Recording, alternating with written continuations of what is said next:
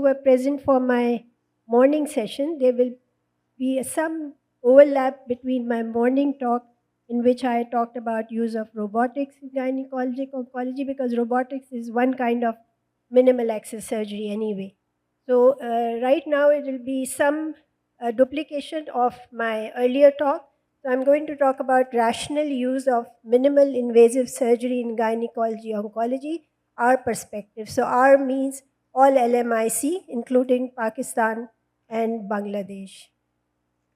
I declare no conflict of interest. So we are going to talk about the benefits of minimal access versus open surgery, and the benefit versus risk in all kind of cancers, and the challenges we face in LMIC, and the recommendations we have for our countries. So we all know the benefits of minimal access surgery, that it leads to shorter hospitalization, reduced analgesic requirements, superior quality of life scores, and resumption of daily activities. And of course, with experienced surgeon, no increase in intraoperative complications. Also, because in LMIC, we do have higher risk of surgical site infections, and that leads to increased development of antibiotic resistance in our patients. So by doing minimal access surgery, because there is a small incision, so less risk of surgical site infection, and also in robotics, because the surgeon is away from the patient, so there is less chance of nosocomial infection as well. All these are benefits of minimal access surgery for LMIC and less resource countries, because our hospitals are jocked up with patients, and we have to free the hospital bed early to treat more patients. So that's why minimal access surgery has some benefits for low resource countries as well. Now, let me take the minimal access surgery in endometrial cancer. There have been at least 13 randomized controlled trials which are either ongoing or recruiting, comparing the different approaches, the laparoscopy to laparotomy and to robotics. And out of these, the first was published by Pullman in 2017, which had compared laparotomy versus laparoscopy and robotics.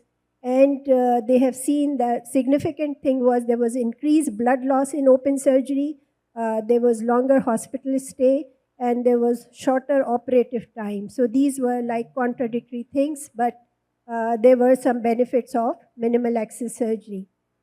Surgical staging for endometrial cancer started in 1991, was the first laparoscopic surgery done, and laparoscopic hysterectomy with bilateral salpingo-oophorectomy and or pelvic lymphadenectomy is considered to be the surgical treatment of choice for women with early endometrial cancer in 3 large randomized controlled trials. So the first was the LAP2 study in 2009, then the LACE trial in 2018, and the Dutch trial in 2018.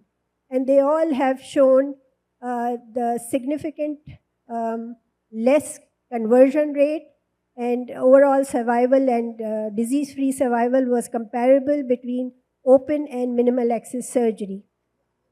But what we have to be careful as surgeons, we have to be very, very careful that do we have enough surgical experience in minimal access surgery, because if we are doing minimal access surgery and the operative time is more than 240 minutes, then it increases post-operative morbidities, which is significant, 11.7. It's like double the number of morbidities. So that's why we have to be very careful, and everybody should not be doing the minimal access surgery for endometrial cancer patient. Lymphadenectomy is not related to the increased rate, and use of lymphadenectomy in no complication per complication was also not significant. But what we have to understand is these are the endometrial cancer patients who can be morbidly obese with increased BMI, and they have a significant risk. So these patients, as a surgeon, we should be able to deal with these medical and surgical comorbidities. So what are the challenges for MIS, the significant challenge is obesity. And all those who are doing minimal access surgery can understand that this is a nightmare of the anesthetist. I mean, the moment we ask for Trendelenburg position, they say, oh, no, no, the patient is desaturating. So we are stuck with not enough Trendelenburg, and we are trying to operate. And of course, then the risk of morbidity to the bowel or injury to the bowel or bladder is increased. So these patients cannot take the increased pressure in the Trendelenburg position, and that's why we have to understand, and this is where the role of robotic comes. So if you see this slide, it will tell you that in the early days, laparotomy was the main main approach for surgical staging for endometrial cancer. Then minimal access came in 1991, and robotic came in 2005. And the robotic was the one which was the ideal way of minimal access surgery in these morbidly obese women, in whom you can't do more Trendelenburg, and you need better assistance and better operative precision. So obese patients are the best candidate for robotic surgery, and if you can incorporate robotic surgery in your armamentarium, surgical armamentarium, then increased proportion of patients would benefit from minimal invasive surgery. Before robotic surgery, the conversion rates were quite high in these obese patients, but with robotic, the conversion rate has been reduced. We have Dr. Catherine or Professor Catherine with us. Of course, she's working in States, and for her it is like we all are doing robotic, but for us it is like something fancy. We want to try it, and our patients can't afford it, or our governments can't afford it, so that's why our patients can't benefit so far. Very few LMICs have robotic surgery in their countries. Now, if you look at the SGO consensus statement of 2012, and if you see robotic versus laparoscopy in obese patients, the last column, you can see that all the factors, blood loss, hospital stay, operative time, conversion rate, and complications, everything is lower in robotics. So that's why robotics are considered as effective modality for morbidly obese patients. Another thing which we have to consider in LMIC is the role of uterine manipulators.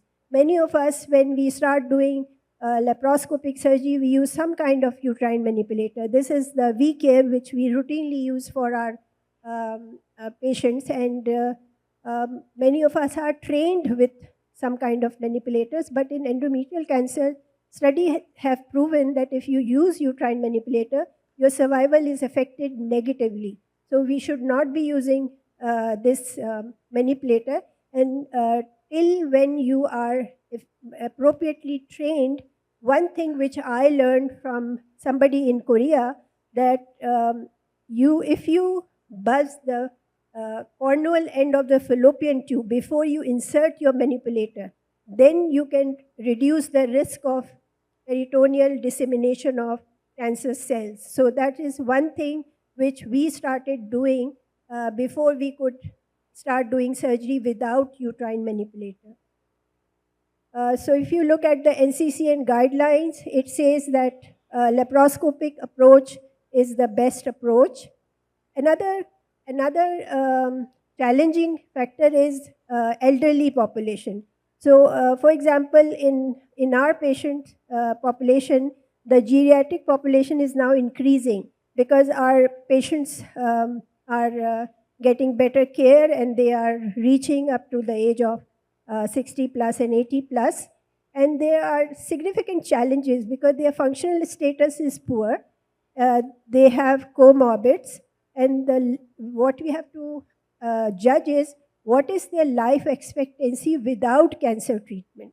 So you can't subject somebody to a very, very morbid surgery when she is like 90 plus, or she's going to probably not live for more than a couple of years. So the factors in these patients are the endometrial cancer has got more aggressive pathology.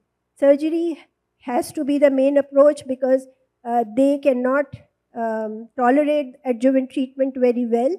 Age is an adverse prognostic factor itself. An elderly patient may benefit from the treatment regardless of the age. So this is a very strong, a good trial in which they have done comparison of minimal access versus laparotomy in this age group. And what they have seen is that the laparotomy leads to longer hospital stay and higher post-operative complication. And differences are even more significantly increased over the age of 80. So that's why it is important for us to not put age as a determinant for not offering minimal access surgery to this group of women. The conclusion of this study was that laparoscopic staging is in elderly patient more than or equal to 60 is associated with decreased morbidity, and these results allow more accurate preoperative counseling. So we cannot say that to the patient or the patient family that your mom or your mom-in-law is like 70 plus, so I can't do minimal access surgery. I think she's the one who's going to benefit more with this kind of approach. So the ESCO guidelines recommend that minimal invasive surgery is recommended in the surgical management of low and intermediate risk ovarian cancer. Role of MIS in cervical cancer. Now you all know after the LAC trial, it has not shown any benefit. It used to play a role in late 1980s, and 5-year disease-free survival after open radical hysterectomy ranged from 70 to 85%. But then randomized trials came, and MIS was adopted in early 21st century, and initially it showed good result. But then when the LAC trial came, it showed that the minimal access surgery had significant increase in recurrence rate, right? And after that, they have been, and this is the LAC trial update after the initial publication, and you can see in the open surgery, there were only 11 recurrences, and in the MIS arm, there were 41 recurrences. So this is significant. And after the LAC trial, there have been many studies proving the same point, that minimal access surgery does increase recurrence rate, and it is affecting the survival. So the NCCN guidelines now says that it is the radical hysterectomy has got by open method is the preferred treatment. ESGO statement says the same thing. FIGO says the same thing. And in the end, I would just finish my thing with open surgery in ovarian cancer. Of course, it is, again, we don't have good trials, and MIS has important role only in early ovarian cancer for fertility sparing surgery and full laparoscopic staging. And MIS did not, in this trial, it did not negatively impact the survival and perioperative complications with epithelial ovarian cancer compared to abdominal surgery. So while MIS is a viable option, we should have varied case selection and surgical procedures to suggest potential bias requiring, it does require further validation studies. So the challenges in LMIC are we do have limited infrastructure, and the MIS equipment is expensive.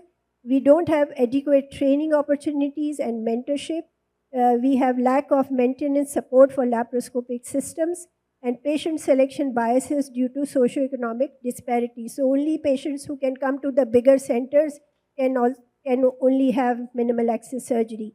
So I recommend that we should implement modular training and some tele-mentoring. Maybe Catherine would agree to tele-mentor us or something like that. Encourage local data collection and multi-center collaboration. Optimize resource allocation and hybrid models. So laparoscopy plus open. Seek partnership for training and equipment donations with the industry partners, and of course, the equity in access is very important, which we don't have. So, to conclude, the advantages of minimal access surgery in an appropriately selected cancer patient have proven benefits, both intraoperatively and postoperatively. The availability of resources, skilled surgeons, and comfort level to complete the extensive staging procedure is of fundamental importance. Minimal invasive surgery is the preferred surgical approach for endometrial cancer. Geriatric patients should not be denied standard treatment. In cervical cancer, all guidelines favor open radical hysterectomy, and current evidence suggests that use of uterine manipulator should be avoided. In ovarian cancer, clear indication for MIS is based on high quality clinical trials are still lacking. So the goal should be right surgery for the right patient with the right resources. Thank you.